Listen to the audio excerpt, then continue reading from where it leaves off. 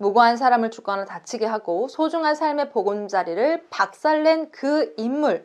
오늘은 블라디미르 푸틴 러시아 대통령에 대해 여러분이 몰랐던 사실을 알려드리려고 합니다. 푸틴은 가난한 어린 시절을 보낸 것으로 알려져 있습니다. 그래서 일명 어린이 공산당 가입도 또래에 비해 늦었다고 하죠.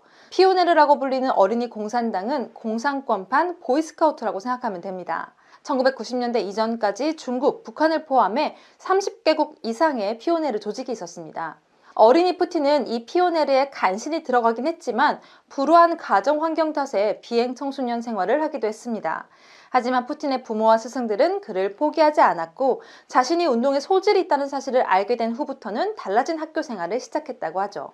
어린이 푸틴의 장래 희망은 다름 아닌 스파이였습니다. 선전물에 등장하는 영웅적인 첩보원의 모습을 매우 동경했고 결국 꿈을 이뤘죠. 어린이 공산당 활동부터 불우했던 어린 시절, 그리고 허름한 집에서 미래를 꿈꿨을 어린이 푸틴의 모습은 평범한 아이들과 크게 다르지 않은데요. 어쩌다 푸틴이 전쟁을 끊지 못하는 잔인한 지도자가 됐는지는 맨 마지막에 소개할게요. 현재 러시아 연방보안국의 전신인 KGB 국가보안위원회에 취직한 푸틴은 꿈에 그리던 요원 생활을 시작합니다. 평소 스스로 KGB 요원이었음을 은근슬쩍 자랑스럽게 내비쳐 왔었는데요. 하지만 푸틴은 우리가 알고 있는 스파이와는 사뭇 달랐다는 설이 있습니다. 우리에게 익숙한 스파이는 위장에 능하고 무기를 능숙하게 다루고 누구보다도 겁나 폼이 나는 인물이죠. 하지만 당시 동독으로 파견된 푸틴은 대체로 평이한 사무직을 담당했다고 합니다. 예컨대 서류를 정리하거나 사무실 냉장고에 독일 맥주를 채워넣는 일 같은 거였죠. 물론 푸틴을 옹호하는 사람들은 그것마저도 엄청난 위장이었다고 실드를 쳐주기도 하지만 우리가 아는 블랙 요원과 사뭇 달랐던 것만은 사실입니다. 그래서 푸틴은 KGB 요원으로서 각종 무기에 대한 훈련은 빠짐없이 받았습니다.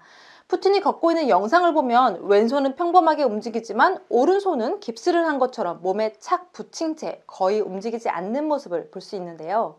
이 역시 KGB 사복 요원들이 언제든 사격을 할 수 있도록 받은 훈련 때문이라는 설이 있죠. 이토록 KGB를 자랑스러워했던 푸틴 요원, 구소련이 붕괴한 후에는 생활고를 겪었고 무허가 택시기사로 잠시 일하기도 했었다고 하네요.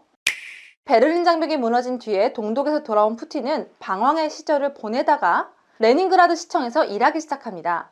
당시 시장의 보좌관으로 시작해서 부시장 자리까지 꿰찼고 이후 정치에 눈을 돌려 보리스 옐친의 선거 캠프에 들어가면서 본격적인 정치를 시작하는데요. 1999년 보리스 옐친이 은퇴를 선언하면서 후계자로 푸틴을 지명합니다. 당시 푸틴의 인지도가 얼마나 낮았는지 사람들은 블라디미르 후?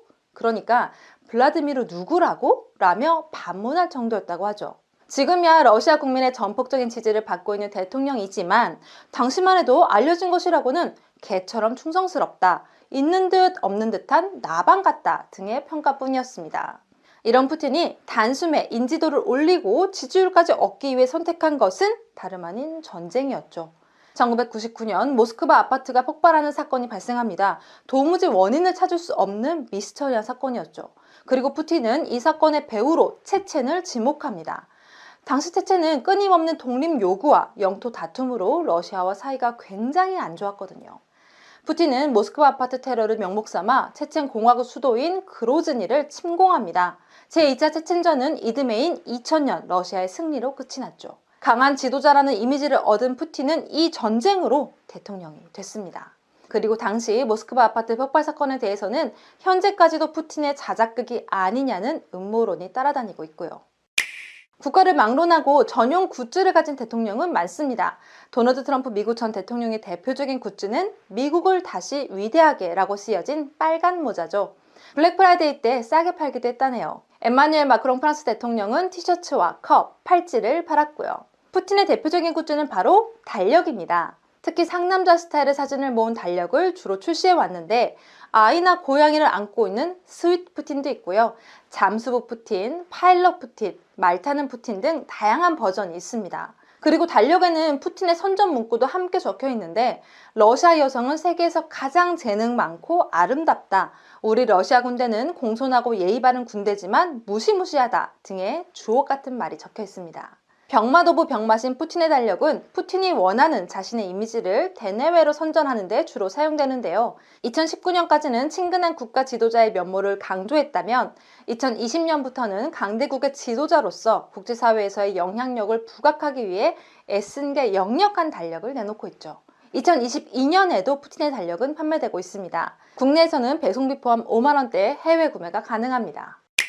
체첸을 아작내는 전쟁으로 인지도를 얻고 대통령까지 된 푸틴. 그럼 푸틴은 누구를 롤모델로 여겨왔을까요? 푸틴은 대통령이 된 이후 전기 작가와 한 인터뷰 자리에서 자신이 좋아하는 인물로 나폴레옹을 지목합니다. 어이없는 대답이었죠. 러시아를 침략했던 인물을 좋아한다는 러시아 대통령이라니요. 하지만 푸틴의 대답을 들으면 그야말로 소름이 돋습니다. 푸틴은 왜 나폴레옹이냐는 질문에 영토를 확장한 지도자이기 때문이다 라고 답했거든요. 영토 확장에 대한 푸틴의 꿈, 어제 오늘 일이 아니었다는 거죠. 푸틴이 자신의 꿈을 벽돌 깨기 하듯 하나씩 이뤄나가기 위해 확고한 대통령 자리가 필요했습니다. 대통령 일기 시절에는 반푸틴 성향의 신흥 재벌이자 러시아를 무대 뒤에서 쥐고 흔들었던 올리가르히를 척결했고요. 러시아 지하에 매장된 석유나 천연가스 등 천연 자원을 드디어 제값을 받고 유럽에 팔기 시작합니다. 덕분에 이 시기 러시아는 연 8%라는 엄청난 경제 성장률을 기록했고요. 푸틴의 지지율은 경제 성장률과 함께 치솟았죠. 이후 재선에 성공했지만 러시아 헌법상 3년임은 금지됐었기 때문에 절친이었던 드미트리 메드베데프를 대통령 자리에 올려놓고 자신은 총리 자리에서 꼭두가시처럼 조종했습니다. 그리고 이미 정해진 책처럼 2011년 9월 메드베데프 대통령이 푸틴을 차기 대통령 후보로 추천하죠.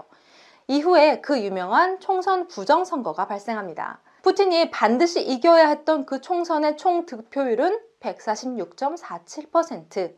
개표 방송을 진행하던 앵커도 100%가 훌쩍 넘는 득표율에 황당한 표정을 감추지 못했던 그 선거. 푸틴이 자신의 통합 러시아당을 승리로 이끌기 위해 조작했다는 설이 지배적이죠. 그렇게 푸틴은 무사히 선거를 치렀고 다시 대통령이 됐습니다. 헌법 개정을 통해서 2036년까지 재임이 가능하도록 법적 조치도 모두 마쳐 놓았습니다. 그리고 2022년 2월 24일 푸틴은 자신의 가장 큰 열망이던 영토 확장을 위해 그리고 소련의 영광을 재현하기 위해 우크라이나를 침공합니다. 누구보다 평범했고 나방처럼 눈에 잘 띄지 않았던 푸틴은 결국 훗날 가장 잔혹한 지도자 중 한 명으로 역사에 기록됐습니다. 직업에는 귀천이 없지만 웬만한 책임감과 사명감 없이는 할 수 없는 일도 있죠. 블라디미르 푸틴 러시아 대통령의 대변 회수 전문 요원도 그중 한 사람입니다. 프랑스 매체 파리스 매체는 꾸준히 건강 이상설이 제기되어 온 푸틴 대통령이 해외 순방이나 여행 시에 배설물까지 극비리에 회수한다고 폭로했는데요. 보도에 따르면 푸틴은 해외여행을 갈 때 반드시 특별한 대변 가방과 동행하고요. 대변을 포함한 푸틴의 배설물을 대부분 그 자리에서 즉시 파괴하지만 일부는 수거해서 악취를 제거한 후에 특수 봉투와 전용 가방에 담아 러시아로 돌려보냈다고 하죠. 실제로 2017년 프랑스의 한 박물관에서 푸틴의 대변을 극비리에 보호하는 일명 푸틴 배설물 회수 작전이 있었다는 주장이 함께 나오기도 했고요. 2019년 푸틴이 사우디를 방문했을 당시에는 무려 경호원 6명이 뒤따르는 모습이 포착되기도 했습니다. 우크라이나를 침공해 쑥대밭으로 만든 블라디미르 푸틴 러시아 대통령, 불과 지난 4월에도 암살 위협에서 간신히 살아남았다는 썰이 돌기도 했는데요. 그래서 푸틴의 의전 차량이 굉장히 궁금했습니다. 푸틴의 전용 차량인 아우로스 세나트의 아우로스는 금을 뜻하는 라틴어 아우rum과 러시아의 앞 세 글자씩을 합성한 건데요. 푸틴이 자신의 차량에 금빛 러시아라는 이름을 붙인 겁니다. 무게는 6.5톤, 최고 시속은 210km고요. 완전 잠수까지 가능하다고 하죠. 2018년에 공개한 아우로스 세나트는 러시아의 국영 자동차 연구 기관인 나미사와 독일 포르쉐가 합작으로 무려 2,200억 원의 개발비를 들여서 만든 차량입니다. 원래 미하일 고르바초프 등 과거 소련의 지도자들은 한국 대통령이 애용해온 벤츠 마이바흐 S600 풀만 가드를 전용 차량으로 사용했었지만 자존심이 강한 푸틴은 달랐습니다. 우주, 항공, 무기 등의 분야에서는 대체로 미국과 어깨를 나란히 해왔는데 유독 자동차 분야에서만 너무 뒤처져 있었거든요. 이를 갈던 푸틴이 미국 대통령의 전용차 비스트의 개발비인 180억 원에 10배가 넘는 돈을 들여서 아우로스 세나트를 만들었다는 분석이 있습니다.